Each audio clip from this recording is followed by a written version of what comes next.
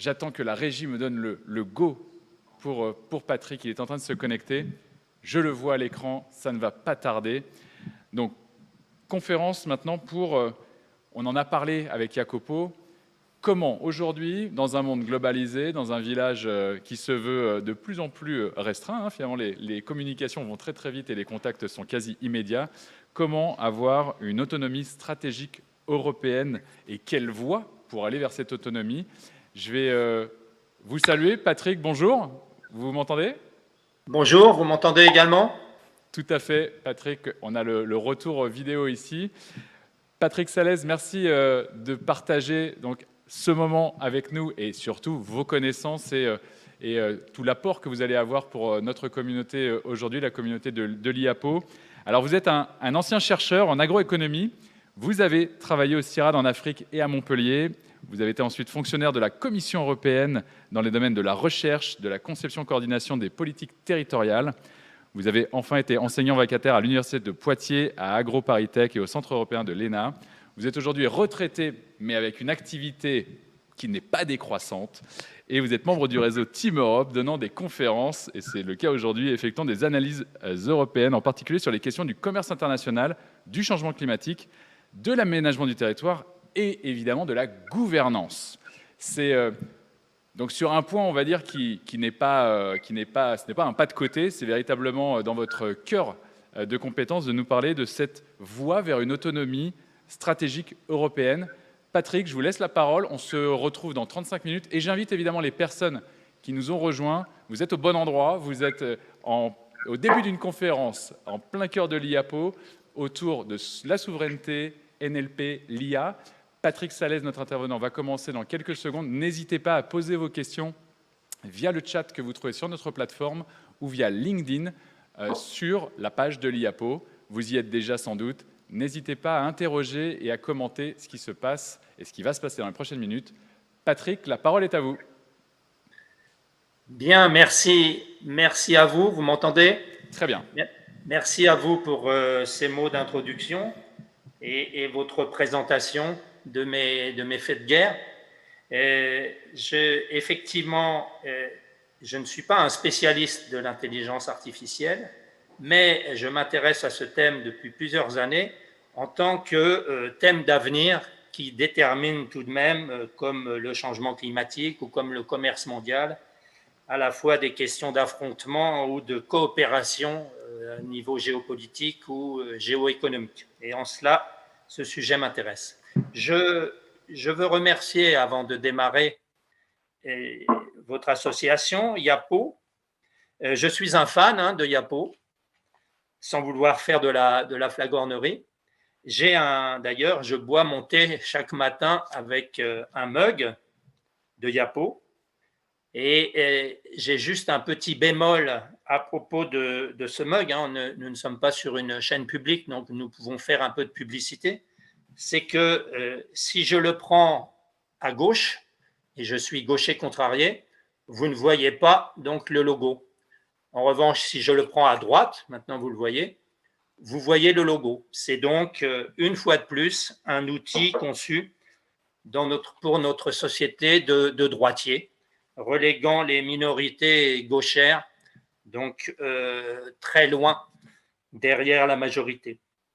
Alors, plus sérieusement, vous avez à l'écran le plan de mon intervention. J'ai choisi ce titre, Quelle voie pour une autonomie stratégique européenne, et non pas souveraineté. Et je vais m'en expliquer donc tout d'abord dans une introduction. Alors, il est évident que l'intelligence artificielle est un sujet majeur, géopolitique, je l'ai dit, parce qu'il va remodeler à l'avenir nos sociétés, les économies, les questions de défense. C'est une projection de puissance et c'est en même temps donc une question de domination mondiale avec potentiellement une possibilité de perturbation des pouvoirs. En cela, donc, c'est un sujet important. Mon titre parle d'autonomie et non pas de souveraineté.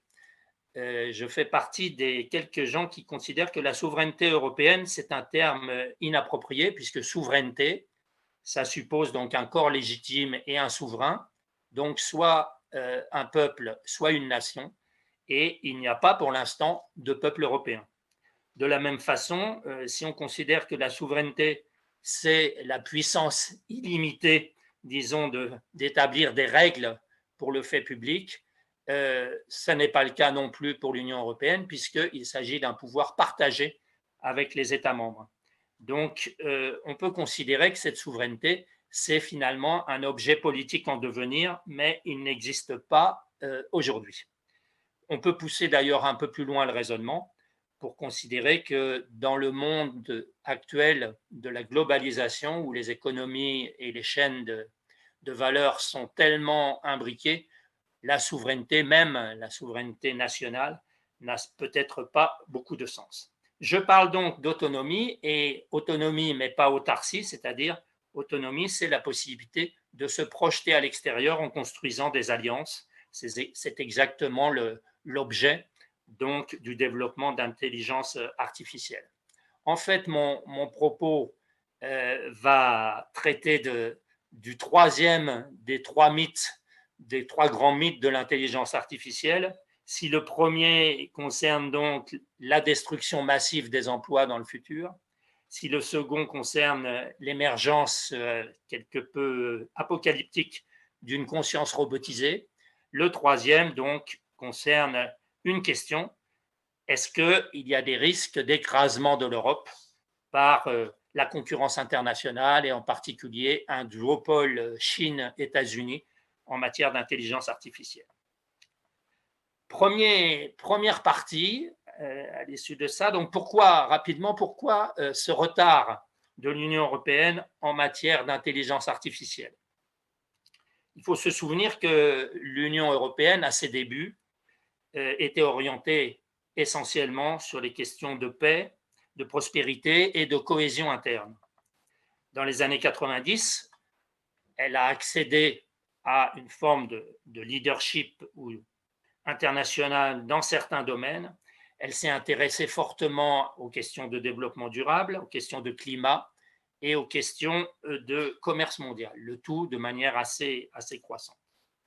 Mais il a fallu attendre la décennie 2010 pour qu'on mette en place véritablement une stratégie numérique qui faisait apparaître l'importance de l'information-communication comme quelque chose d'important pour le développement et la prospérité européenne. Même dans la stratégie de Lisbonne, qui est un grand programme de compétitivité européen qui date de 2000, les questions d'innovation numérique étaient relativement faibles. Et donc, il faut bien avoir ça en tête. Il y a là un retard qui s'explique fortement par des prises de décision européennes et par deux choses complémentaires. La première, c'est sans doute une conscience insuffisante au niveau européen de l'importance de la révolution numérique. Et une deuxième chose plutôt classique, c'est le fait que les États membres ont toujours relégué sur cette question-là, comme sur d'autres, l'Union européenne a un rôle soit de coordination, soit disons, d'échange de bonnes pratiques entre États membres. Il a fallu donc attendre les années 2010, comme je vous le disais, pour tout ce qui est donc numérique au sens large, pas encore l'intelligence artificielle. En 2013, nous avons un rapport du Sénat qui s'inquiète de voir le vieux continent devenir une colonie numérique des fameux GAFAM. En 2014, fait important, DeepMind, l'entreprise britannique pionnière en matière d'IA à l'époque, est rachetée par Google. Et depuis ces dernières années, la situation n'a pas vraiment évolué. Si je peux faire un rapprochement avec les questions de mythologie, l'Union européenne s'est plutôt comportée comme un épiméthée, c'est-à-dire qu'elle a réagi a posteriori, au lieu d'être ce qu'on aurait pu attendre d'elle, un Prométhée, c'est-à-dire anticiper l'avenir.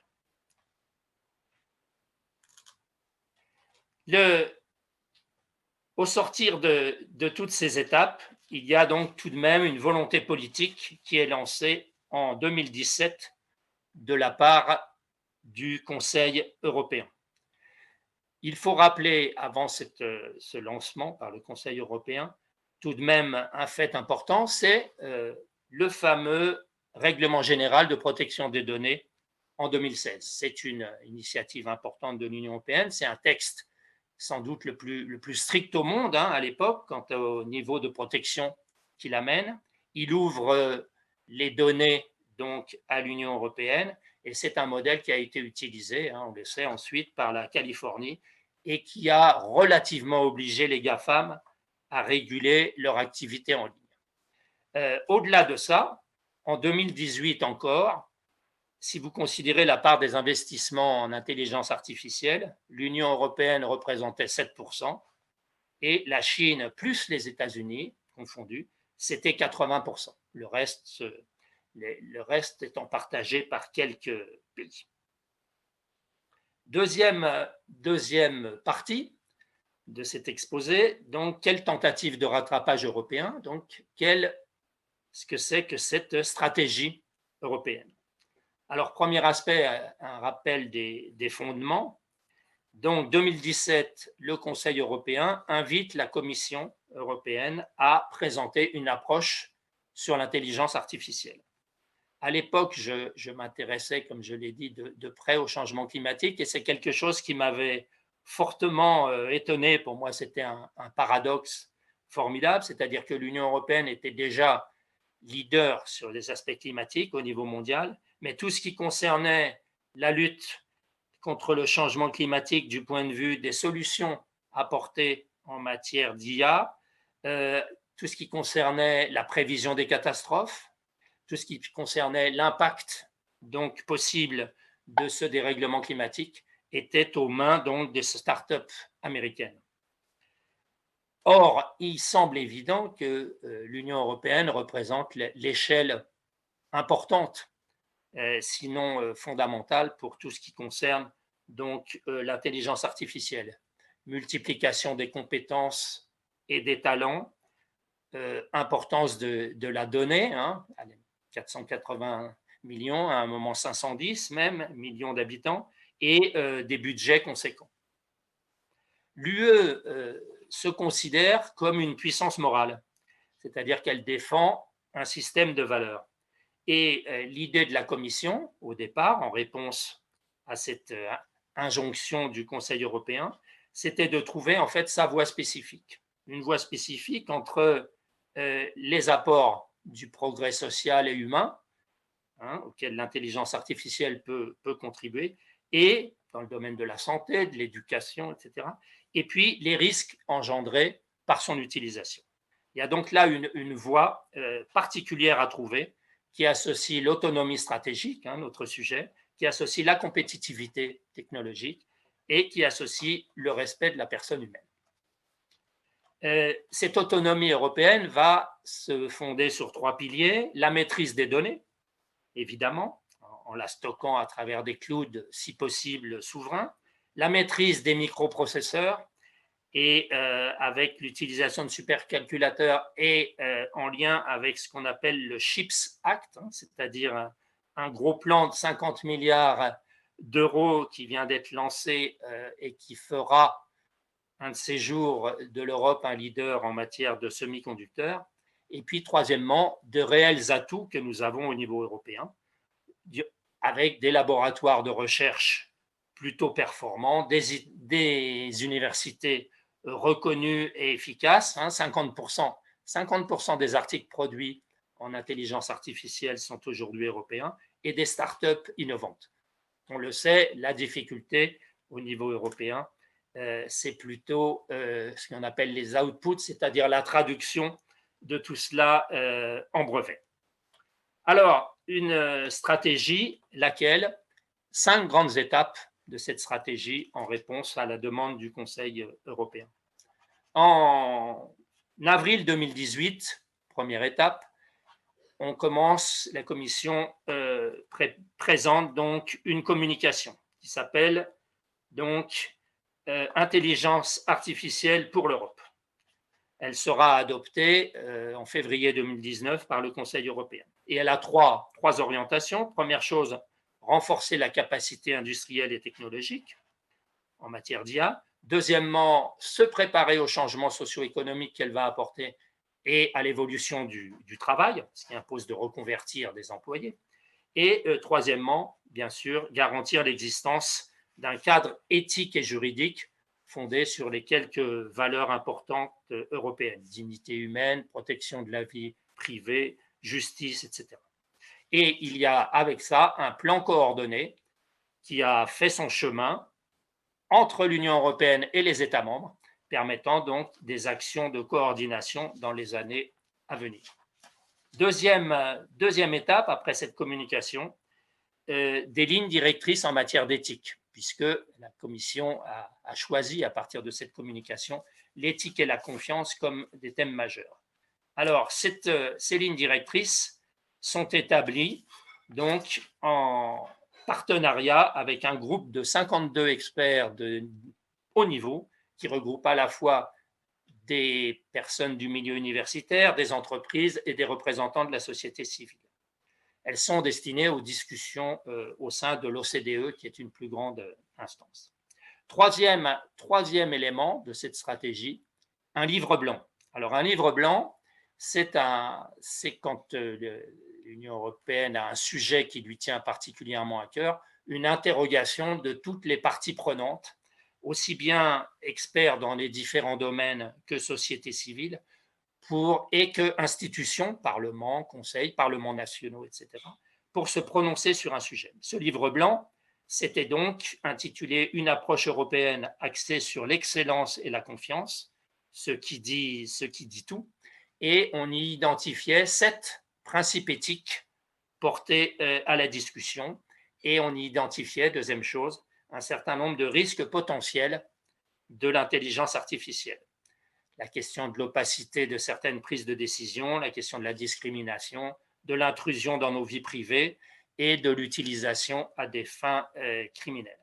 Alors, ce sont ces questions d'éthique et de confiance qui, bien sûr, feront le pilier aux côtés des risques de du fameux projet de règlement dont nous allons parler, qui est, le pilier actuel de cette stratégie européenne. En parallèle à ça, quatrième point, tout de même, de cette stratégie, l'établissement d'un marché unique des données. Donc, il y a eu un gros travail de réglementation pour ouvrir le marché des données et pour mettre en place une gouvernance européenne de ce marché des données. Enfin, donc avril 2021, là on se rapproche du temps d'aujourd'hui, et là nous sommes dans le vif du sujet, dans le lourd, disons, enfin, un projet de règlement qui a été présenté par la Commission. Et avec 3 objectifs, toujours, garantir que tous les systèmes d'intelligence artificielle sur le marché se reconforment aux droits fondamentaux de l'Union européenne et à ses valeurs. Deuxièmement, garantir la sécurité juridique de tous les investissements. Et troisièmement, bien sûr, consolider un marché unique d'application de l'intelligence artificielle pour éviter que les grosses plateformes ne pèsent trop par rapport aux petites entreprises. Le tout se fondant donc sur une analyse de risque, donc on reprend l'analyse de risque, et délimitant donc les différents systèmes et opérations en risques inacceptables, risque élevé, risque faible et risque minime. Tout cela est accompagné de la mise en place d'un comité européen de l'intelligence artificielle qui va favoriser à la fois la coordination avec les États membres et à la fois le contrôle. Cette stratégie, donc, est assez complète. Elle repose sur 4 principes assez classiques: ouverture, protection, innovation et respect des valeurs. Elle met en musique à la fois donc une politique, des réglementations, des aides à la recherche et bien sûr des budgets d'investissement prévus, 20 milliards d'euros donc de fonds publics et privés sur la décennie. Elle insiste beaucoup sur la coopération entre États membres et également bien sûr sur la création de partenariats au niveau international. Elle cherche donc cet équilibre toujours entre développement technologique, autonomie et droits humains, renvoyant donc à la fameuse charte européenne des droits fondamentaux. Alors c'est un exercice difficile puisque on fabrique de la réglementation sur des produits d'avenir qui sont finalement assez peu connus aujourd'hui. Mais l'idée est de les développer, de les tester au niveau international et de faire en sorte que certains pays puissent s'en inspirer à l'image de ce qui s'est passé, comme je le disais tout à l'heure, avec la RGPD. L'état des négociations sur ce projet de règlement, ça a commencé avec une série de prises de position du Parlement européen en octobre 2021, demandant qu'on fasse très attention, bien sûr, aux questions de reconnaissance faciale dans les espaces publics, demandant qu'on s'intéresse de près à la surveillance de masse, demandant également qu'on insiste véritablement sur la coopération internationale et proposant un certain nombre de compromis sur le règlement. Je n'entre pas dans les détails. Ces compromis sont repris aujourd'hui par la présidence française de l'Union européenne jusqu'à fin juin, avec l'idée d'arriver à un accord, tout cela est possible, ou au moins des grandes lignes d'un compromis, parce que c'est un sujet difficile, au mois de juin. Difficile, à mon avis, d'arriver à un compromis au mois de juin, mais essentiellement de grandes orientations, puisque finalement, ce projet de règlement est beaucoup plus complexe que d'autres. Il faut à la fois aligner des questions politiques, des questions techniques et bien sûr des questions juridiques, avec une vision entre les différents États membres, parfois différentes, voire conflictuelles. Alors, les compromis actuellement se font autour du rejet de la notation sociale, très utilisée pour la surveillance de masse en Chine. Il y a des discussions sur la question des systèmes de reconnaissance biométrique, par exemple. Et puis, on vient d'exclure de la réglementation 2 éléments, ça c'est important, ce qui concerne donc le pouvoir de police et ce qui concerne la recherche-développement sur ces questions d'intelligence artificielle.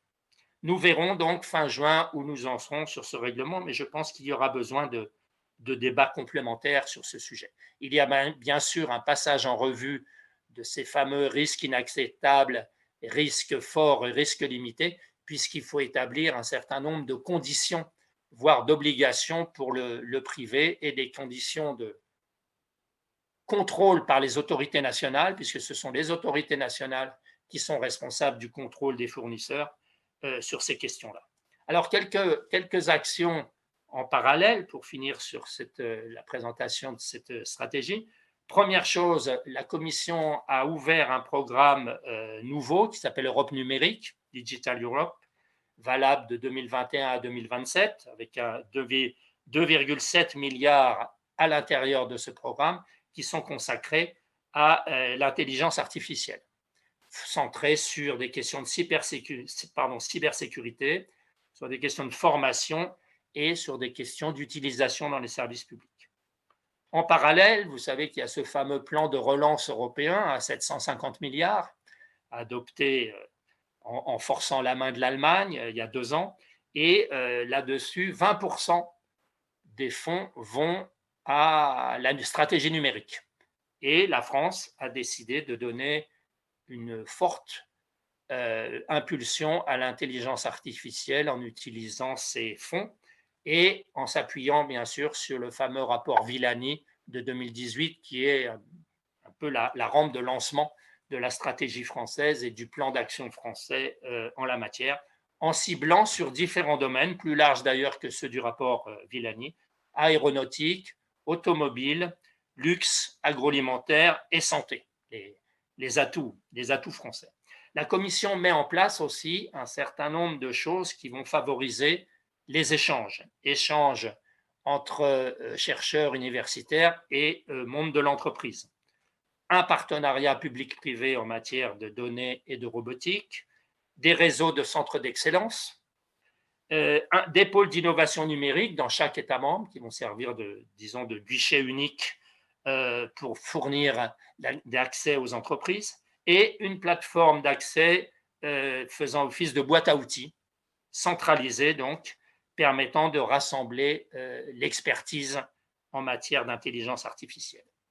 Je passe sous silence parce que le représentant de la Commission tout à l'heure à la table ronde, Martin Ulbrich, vous le citera quand même. Je passe sous silence quelques exemples importants lancés tels que Starlight ou Gaia X pour ceux qui connaissent. Alors, troisième point, alors certes une autonomie stratégique, mais dans quel type de gouvernance mondiale? Le chemin est difficile pour l'Union européenne. Il faut qu'elle se fraye donc un passage entre la domination des grandes entreprises américaines et le centralisme dirigiste, si je puis dire, de la Chine, qui veut sa part de ce gâteau. Aux États-Unis, il faut reconnaître qu'en dehors du poids des GAFAM, qui est important, la véritable stratégie en matière d'intelligence artificielle est très récente. Il a fallu attendre Biden. Bon, il y a eu un plan stratégique prévu par Obama.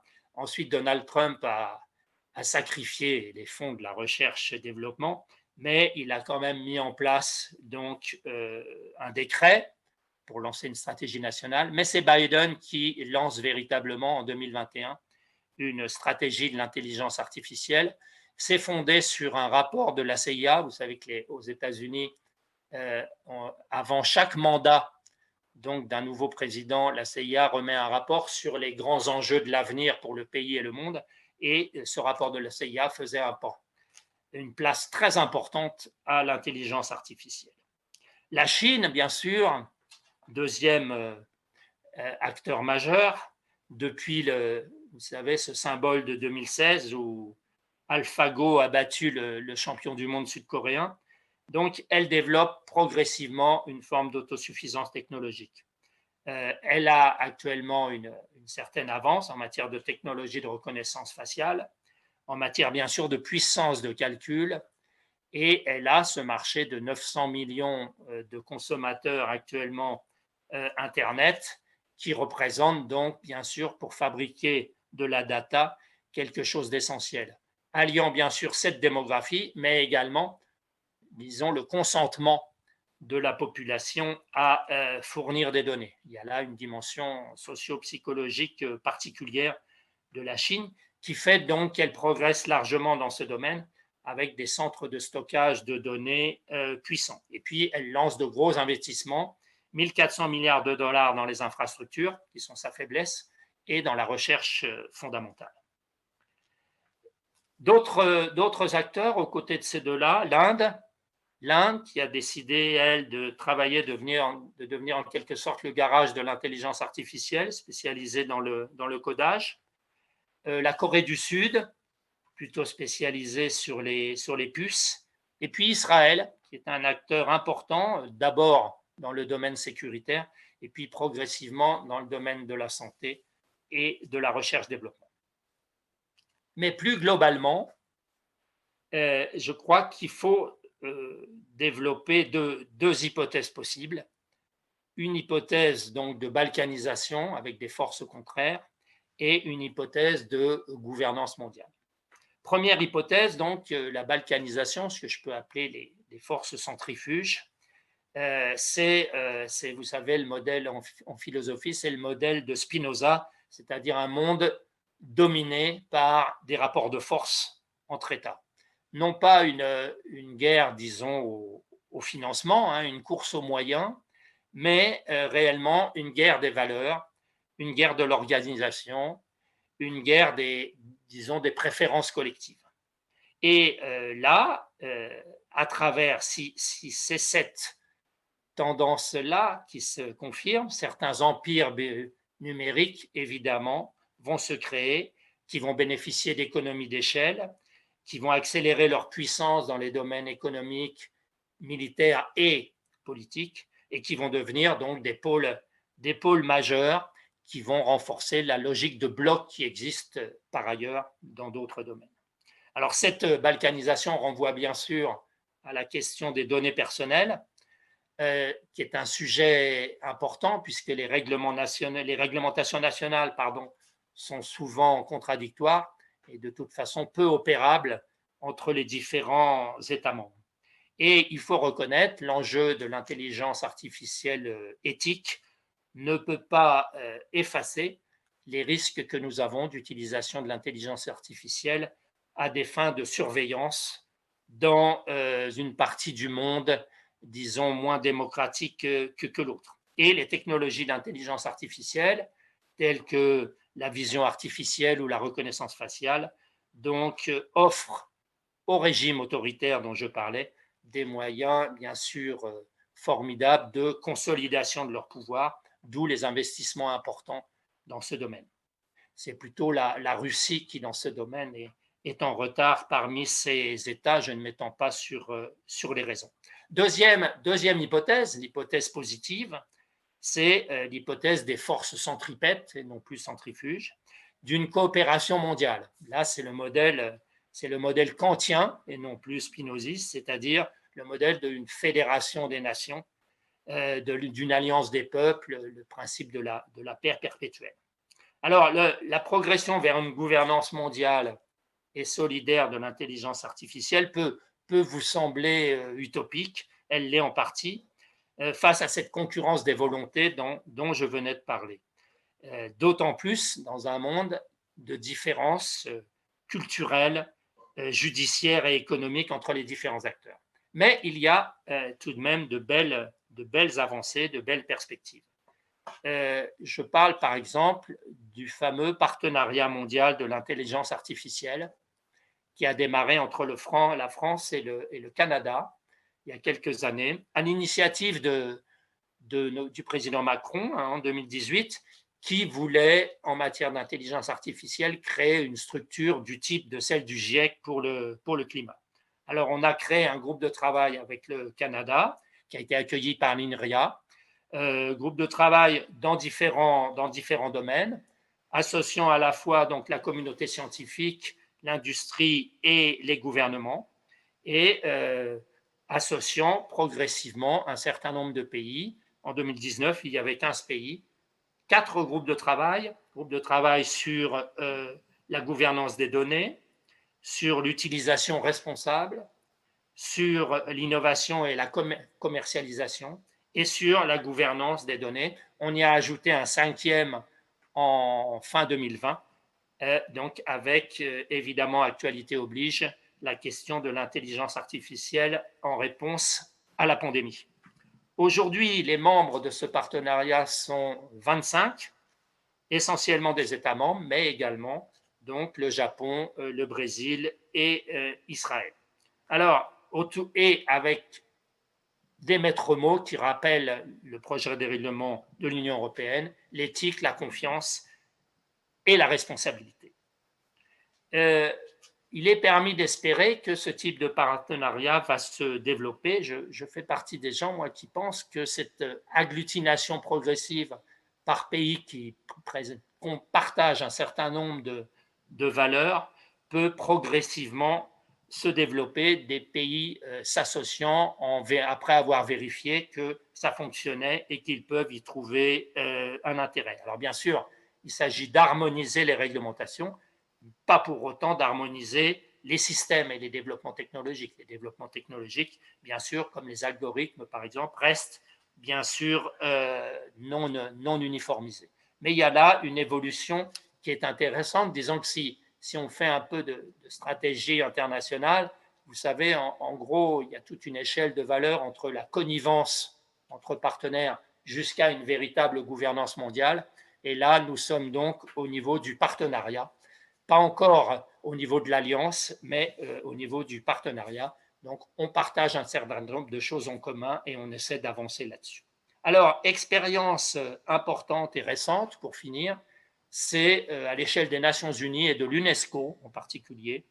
En 2021, 193 pays ont signé donc une résolution comportant 4 axes: la protection des données, l'interdiction de la notation sociale, c'est important, et de la surveillance de masse, l'aide au suivi et à l'évaluation donc des systèmes, et la question de la protection et du lien avec l'environnement, qui jusqu'ici était un petit peu absente, avec l'idée donc de privilégier des méthodes d'intelligence artificielle économes en données et en énergie et en ressources en général.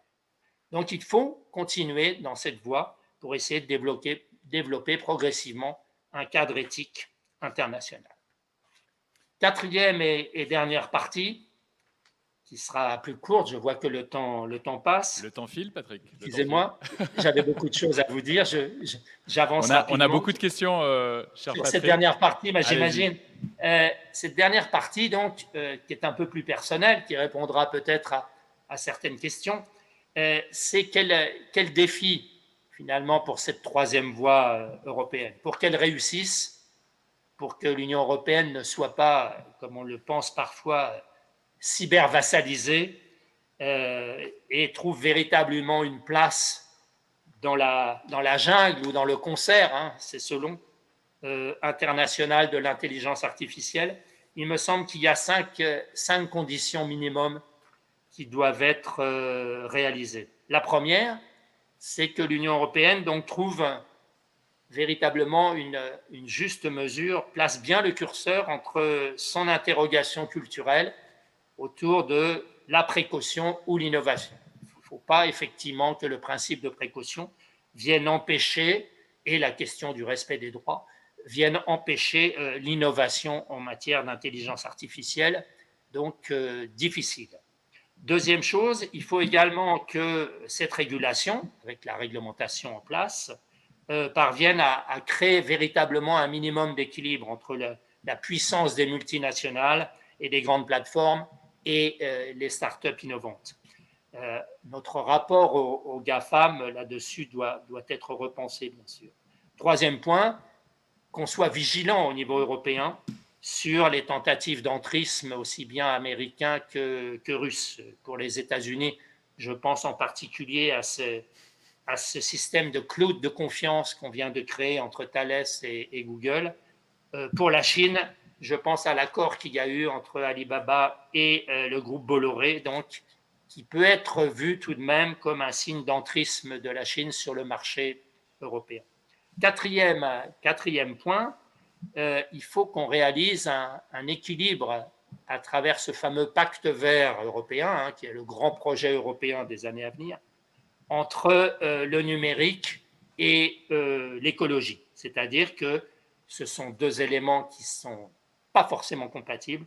Il faut à tout prix permettre que, et le cadre du pacte européen le permet, parce qu'il propose quand même, au-delà de la croissance verte, certains éléments de frugalité.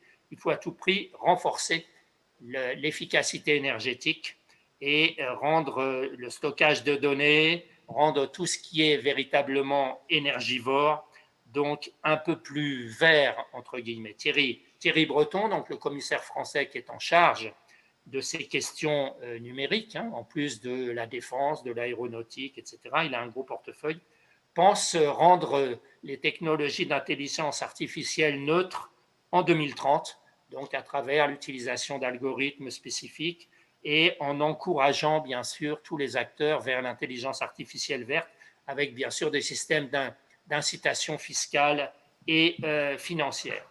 Enfin, dernier point, et je m'arrêterai là, c'est une question interne à la Commission.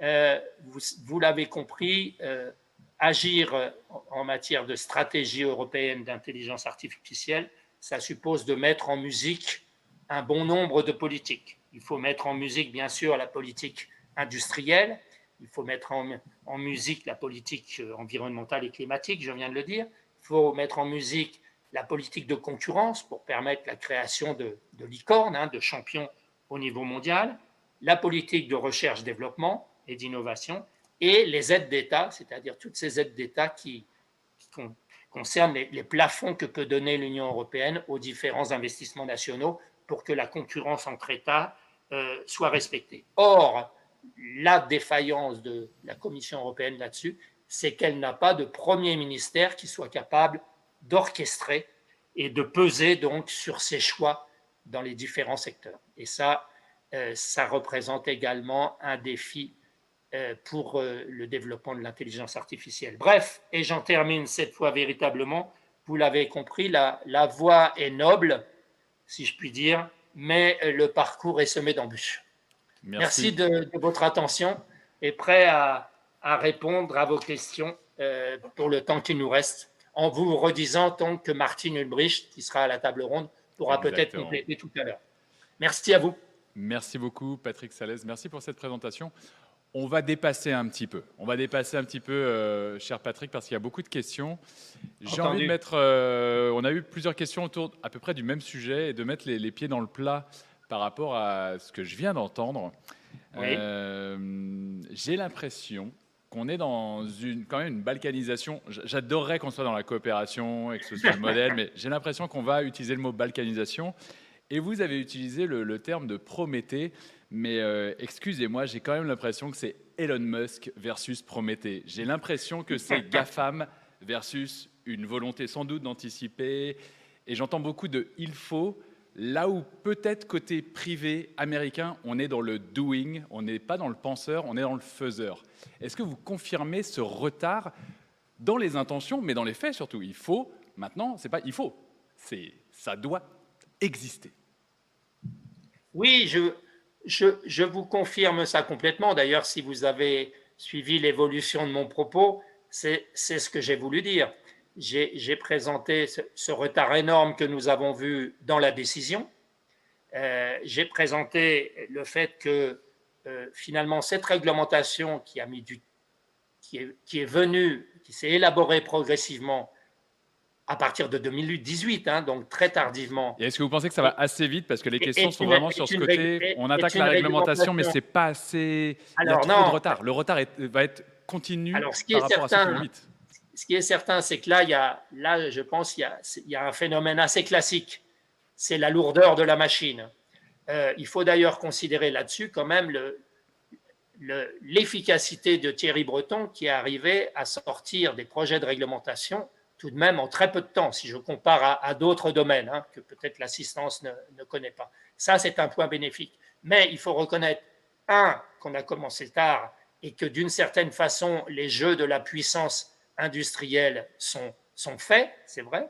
2, qu'il y a, avec cette réglementation, de belles intentions de régulation, il y a des budgets, mais pour l'instant, il n'y a pas ces fameuses, je l'ai dit également, il n'y a pas ces fameuses licornes, il n'y a pas ce fameux soutien au développement, un très large développement des startups dans le domaine qu'on peut attendre. Il y a quelques initiatives, mais effectivement, on n'y est pas. On n'y est pas pour une raison que j'ai donnée, qui est également qu'il faut lutter, il faut que la Commission européenne se trouve très souvent en conflit avec les volontés nationales. Si vous allez voir les volontés nationales, vous verrez qu'en matière d'intelligence artificielle, les stratégies sont différentes. Vous verrez d'ailleurs qu'en France, on a commencé tardivement, puisqu'il a fallu attendre 2018 pour qu'on ait un rapport de lancement du type de celui de Villani, et qu'on considère tout d'un coup que les talents dans le domaine, que retenir nos chercheurs dans le domaine, que privilégier la recherche fondamentale était quelque chose d'important, qu'on considère enfin qu'il faut établir un lien très fort entre le monde industriel et le monde universitaire. En France également, on a un retard. Et puis enfin, donc, dans ce panorama, je vous ai présenté les deux hypothèses, et là je reviens à votre question sur la balkanisation. Vous l'avez bien compris, je dirais, c'est une formule qui est bien connue: optimisme de la volonté, pessimisme de la raison. Alors là, on a une question là-dessus, justement, cher Patrick, par rapport à la raison aujourd'hui. On parle de l'Ukraine. La raison, c'est la balkanisation. L'optimisme, c'est, comme je le disais, des perspectives d'agglutination progressive. Il est vrai que l'actualité mondiale des dernières années ne nous prête pas à tant d'optimisme. Une question directe, cher Patrick, une question directe par rapport à la balkanisation. Par rapport à la balkanisation, on a dans les questions, et c'est mon ressenti aussi, on a parlé de notation sociale, des choses que l'Union européenne ne voulait pas. On parle d'un conflit qui est à nos frontières européennes et peut-être bientôt au sein de l'OTAN pour l'Ukraine. Là, on parle du militaire. Quid de la question du militaire et de l'IA? On est bien content aujourd'hui qu'en Europe, il y a une défense et il y a une défense à sa façon européenne originale. Oui. Quid des autres blocs qui, eux, n'ont pas finalement légiféré ou laissent une certaine liberté, ou en tout cas le contrôle au niveau de l'IA, et donc sont plutôt sur la volonté de contrôler un maximum l'IA et les acteurs, mais par contre vont aller sur le militaire. Quid du militaire? Oui, alors bon, le militaire, en lien avec la balkanisation, bien évidemment, le militaire est un vrai problème. Je vous parlais du projet Starlight, là, qui est un projet très, très, très lié aux questions de sécurité. Il vient très tardivement. Le problème, c'est que nous sommes là conditionnés à cette idée plus large de la défense européenne. Et comme vous le savez, la défense européenne, il a fallu attendre réellement ce qui se passe en Ukraine, malheureusement, pour que la perspective d'une défense européenne reprenne du sens. Jusqu'ici, on s'est contenté de coordination entre les politiques des États membres, mais sans mener véritablement une politique de défense européenne. Et il y a évidemment des effets collatéraux sur l'intelligence artificielle, c'est-à-dire qu'on a raisonné sur notre continent par rapport à d'autres, beaucoup plus l'intelligence artificielle dans le domaine hors militaire que ne l'ont fait des pays, bien sûr, en particulier comme la Chine, la Russie ou les États-Unis. Une C'est une question. autre Oui, forme, oui. je suis d'accord avec ça, c'est une autre forme, disons, un autre axe de balkanisation possible. Une question très simple, mais qui est revenue deux fois. Vous avez parlé à un moment de guichet unique de l'IA au niveau européen. Est-ce qu'il existe? Est-ce qu'il y a un lien vers ce guichet unique? Est-ce que quelqu'un de votre entourage serait prêt à faire une information, un webinar dédié à ce guichet unique? Alors, il est très important, hein, bien sûr, ce guichet unique. Il est en construction. Il est en construction, bien évidemment, au sein de la Commission européenne, mais en lien avec les États membres. Et là-dessus, peut-être que Martin Ulrich pourra vous dire où on en est exactement. Pour l'instant, ça fait partie des quelques briques que la Commission est en train de créer en parallèle de cette réglementation, des négociations sur cette réglementation dont nous avons parlé. Favoriser les échanges, créer ce guichet unique et avancer sur les autorités de contrôle dans les différents États membres par rapport au développement technologique et industriel. Ce sont en gros les trois pôles qui sont en cours actuellement, Quand on parle en d'intelligence cours de développement. artificielle et qu'on parle au grand public, on va citer Google assez rapidement, Google News, et on peut parler de ce que les GAFAM, Twitter et autres, et peut-être justement des rachats qu'on peut justement juger à risque, comme celui d'Elon Musk, alors qu'il va avorter pour le moment, mais qui pourrait se concrétiser sur Twitter. On a une question, quelle place a l'information et les médias dans les réglementations européennes? Je pense en particulier au biais des moteurs de recommandation liés à l'information et au rachat de Twitter par Elon Musk. Qu'en pensez-vous, Patrick Salez? Alors, globalement, bon, la place effectivement de l'information et des médias dans la réglementation spécifiquement, je ne peux pas vous la décrire, mais globalement, je crois que nous sommes, et c'est un peu le risque que vous pointiez, j'ai cité quelques exemples, nous sommes dans une difficulté importante qu'il faudra résoudre sur le plan stratégique, qui dépasse largement la réglementation qui est en discussion actuellement, qui est symbolisée, vous savez, par cette question du cloud souverain ou de cloud de confiance. Effectivement, la première idée serait de développer des clouds souverains, mais progressivement, on voit que les liens qui existent par ailleurs au plan économique entre la France et les États-Unis, les liens qui existent entre l'Europe et la Chine font que on ouvre en fait énormément nos systèmes aux liens avec ces pays-là. C'est ce que j'appelais l'entrisme. Et malheureusement, on le voit de façon assez large et dans différents domaines.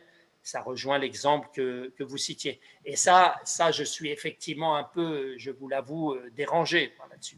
Finalement, on a un peu l'impression qu'on paye déjà le retard que l'Union européenne a pris dans le domaine, c'est-à-dire cette autonomie qui exigerait bien sûr des alliances, mais qui exigerait de développer ses propres règles et ses propres systèmes, et finalement limité, voire impossible, par le fait qu'on a pris un tel retard qu'on a besoin des apports extérieurs pour fonctionner. On est sur cette difficulté-là. Je vais terminer, c'est une question que je vais tourner plutôt en commentaire. Oui. On a beaucoup entendu parler ces derniers temps, Covid oblige, de l'achat français, de l'achat européen. Dans une des questions, on nous dit que les moyens fournis par l'Europe pour attirer, encourager les PME sont sensiblement déficients pour pouvoir avoir des infrastructures européennes au même tarif ou avec la même accessibilité que les structures qui seraient hors Europe. Donc là, la question, Oui. je ne vais pas vous la poser, c'est juste qu'on sait qu'il y a ce Oui. retard, on est en train d'y travailler, on a entendu C'est votre vrai, réponse, oui, mais oui. je voulais vous donner cet avis. Et un dernier point, Patrick Salès, je partage avec vous le mug pour droitier. Il est dans ma main. Je voulais vraiment vous remercier. C'est un simple cadeau qui vous a été envoyé, mais toute l'équipe d'organisation, toutes les personnes qui sont autour de moi, qui sont derrière les caméras, vous remercie pour votre intervention. C'était un véritable plaisir d'avoir votre point de vue. On en avait parlé dans la préparation, point de vue libre. Ouais. Et c'est intéressant, c'est un point de vue voilà, qui vous engage, qui engage votre vision aussi de ce monde qui n'est pas prédéfini, qui est encore à définir. Et on vous remercie vraiment pour ces pistes possibles de futur, je l'espère, souhaitables. Merci encore, Patrick Salès. C'était un plaisir, merci également. Et vous voyez, je fais le droitier pour vous répondre. Merci encore. Alors, je vais annoncer maintenant ce qui va suivre dans quelques secondes. Si vous êtes connecté actuellement dans la plateforme, vous verrez sous l'écran de contrôle une salle de pause qui est matérialisée par un mug, une tasse de café. N'hésitez pas à vous rendre dans cet espace. Il y a un lien vers une conférence, une vidéoconférence, un Google Meet. Vous pouvez cliquer et rejoindre les autres participants, qu'ils soient de notre association, ils répondront à vos questions, ils participeront en direct, ou tout simplement des personnes du public qui, comme vous, vont se connecter et partager leur pause café avec nos membres.